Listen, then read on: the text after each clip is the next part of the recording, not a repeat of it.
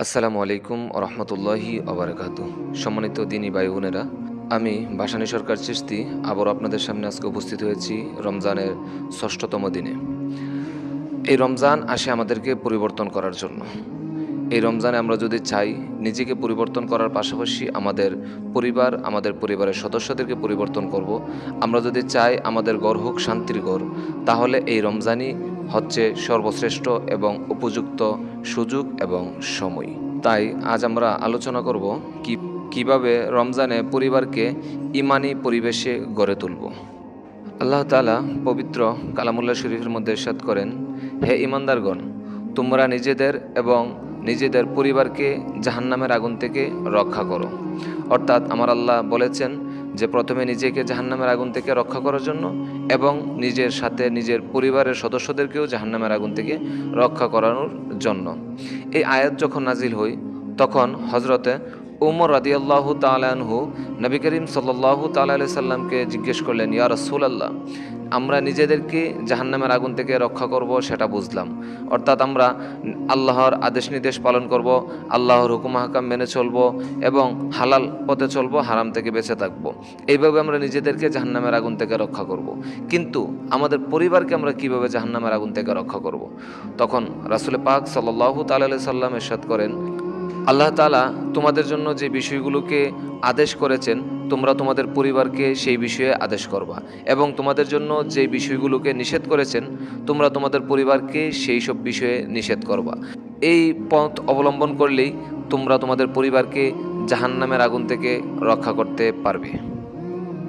এই রমজানে আমাদের পরিবারের পরিবেশ কেমন হওয়া উচিত, কিভাবে আমাদের পরিবারকে একটু পরিবর্তন করা যায় সেই বিষয়টা আমরা এখন দেখব। ঘরে প্রতিদিন কোরআন তেলাওয়াতের ব্যবস্থা করতে হবে, যেন প্রত্যেক দিন ঘরের মধ্যে কোরআন তেলাওয়াতের শব্দ হয়। ইফতারের পূর্ব মুহূর্তে দোয়ার পরিবেশ গড়ে তুলতে হবে এবং রমজানের মধ্যে মোবাইল টিভি ব্যবহার কমিয়ে দিতে হবে। ঘরের যে ছোট বাচ্চারা আছে তাদেরকে প্রতিদিন ছোট ছোট আমলের অভ্যাস গড়ে তুলতে হবে। এক বুজুর্গ ব্যক্তি বলেন, যেই ঘরের মধ্যে আল্লাহ নামের শব্দ হই, আল্লাহ নামের জিকির হই, সেই ঘরের মধ্যে শয়তান টিকতে পারে না। শিশুরা হলো সাদা কাগজের মতো। এই সাদা কাগজের মধ্যে যা আঁকবেন, যা লিখবেন তাই লেখা উঠবে। ঠিক সেইভাবে আপনি শিশুদেরকে যেইভাবে গড়ে তুলবেন, যেই শিক্ষা দিবেন, তারা সেই শিক্ষাই বড় হবে। সেই জন্য আপনার ঘরের মধ্যে নামাজে ব্যবস্থা করুন, যেন প্রতিদিন ঘরের মধ্যে নামাজ হই, যেন প্রতিদিন ঘরের মধ্যে কোরআন তেলাওয়াত হই, যেন প্রতিদিন ঘরের মধ্যে বিভিন্ন আমলি কথাবার্তা হই, সাহাবে কেরামের জীবনী বর্ণনা হই, ইসলামিক বিভিন্ন ঘটনা বাচ্চাদেরকে বর্ণনা করুন।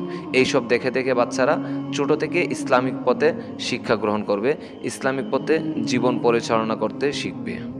ঘরে মিলাদ মাহফিলের আয়োজন করতে হবে, নবী পাক সাল্লাল্লাহু তাআলা সাল্লামের জীবনী শিক্ষা দিতে হবে, আহলে বায়াতের প্রেম সম্পর্কে বাচ্চাদেরকে শিক্ষা দিতে হবে এবং বেশি বেশি দুরূদ শরীফের ব্যবস্থা করতে হবে, দুরূদ শরীফের শিক্ষা বাচ্চাদেরকে দিতে হবে। সর্বোপরি যদি আমরা আমাদের পরিবারকে জান্নাতি বাগান হিসেবে গড়ে তুলতে চাই, তাহলে সেই পরিবারের মধ্যে নামাজ থাকতে হবে, কোরআন তেলাওয়াত থাকতে হবে, মোবাইল টিভি এইগুলো ব্যবহার কম থাকতে হবে এবং ঘরের মধ্যে যত ধরনের ইসলামিক কার্যকলাপ আছে সেগুলো থাকতে হবে। খাবারের আদব, ঘুমের আদব, বিছানার আদব, বসার আদব, যত প্রকার ইসলামিক যে বিষয়গুলো আছে সেইগুলো যদি আমরা আমাদের ঘরের মধ্যে প্রচলন করতে পারি, তাহলে আমাদেরকে দেখে দেখে বাচ্চারা শিখবে। এই বাচ্চারা যখন বড় হবে তারাও ইসলামিক শিক্ষায় শিক্ষিত হয়ে নিজেকে পরিবর্তন করবে। সেই জন্য এই রমজান আসে আমাদেরকে পরিবর্তন করার জন্য। আমরা এই রমজানে নিজেরা পরিবর্তন হব, নিজের পরিবারের সদস্যদেরকে পরিবর্তন করব, তাহলে আমাদের পরিবারটা হয়ে উঠবে একটি জান্নাতি পরিবেশ। এই রমজানে সবচাইতে বাচ্চাদের বড় শিক্ষা হচ্ছে বাচ্চাদেরকে রোজা রাখতে শিক্ষা দেওয়া, রোজা রাখার তাগিদ দেওয়া। এখন ছোট বাচ্চা যারা আছে তারা অনেকে রোজা রাখতে পারে না, তারা রোজা রাখতে পারবেও না, কিন্তু তাদেরকে ছোট থেকে অভ্যাস করে তোলার জন্য তাদেরকে অর্ধদিনের রোজা শিক্ষা দেন, প্রতিদিন একটু একটু করে অনাহার থাকার শিক্ষা দেন। আজকে অর্ধদিনে রাখলো, কালকে তারপর আর একটু বেশি সময় রাখলো, আস্তে আস্তে এরকমভাবে তাদের রোজার যে অভ্যাস আছে সেটা গড়ে উঠবে। সেই জন্য বাচ্চাদেরকে আপনি যেইভাবে গড়ে তুলবেন তারা সেইভাবেই গড়ে উঠবে।